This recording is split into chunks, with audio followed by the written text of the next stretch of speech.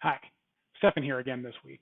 Originally, our plan for March was to focus on the data we have collected on COVID over the past 2 years, but given the situation in Ukraine, we thought it would make sense for us to adjust that plan. Instead, we will be focusing for the next few weeks on the data around how Americans are viewing the events that are currently unfolding in Eastern Europe. Overall, we find that Americans are paying attention to what is happening in Ukraine. As of the middle of March, 77% say they are paying attention. Also worth noting is that when asked to allocate how much of Russia's decision to invade Ukraine was based on legitimate concerns versus other reasons, we find that currently Americans feel that the majority of Russia's motivation was based on non-legitimate reasons. That being said, 75% of Americans feel that there was at least some level of legitimacy for Russia to invade.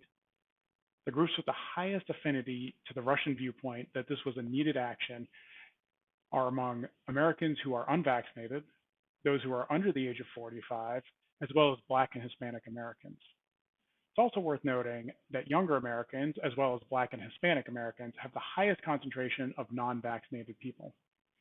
This also happens to be the groups with the highest concentration of social media users. Now, getting to the chart that caught my eye this week. When we look at the demographic groups along with their vaccination status, we see some very interesting yet troubling results.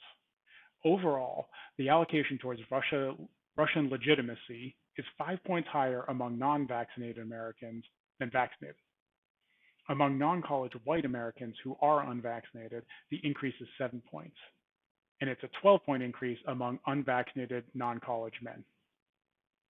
Among Americans over the age of 65, it jumps 12 points from those who are vaccinated to those who are not. And among Black Americans, it's a staggering 16-point increase. There was a lot of talk about disinformation after the 2016 election, and these pro-Russian views, coupled with an understanding of consumption habits and the likelihood of agreeing with other known disinformation, points to a more expansive and long-term trend of disinformation efforts, which we will certainly be keeping an eye on. As always, you can find more information on this chart and other data at Trendency.com.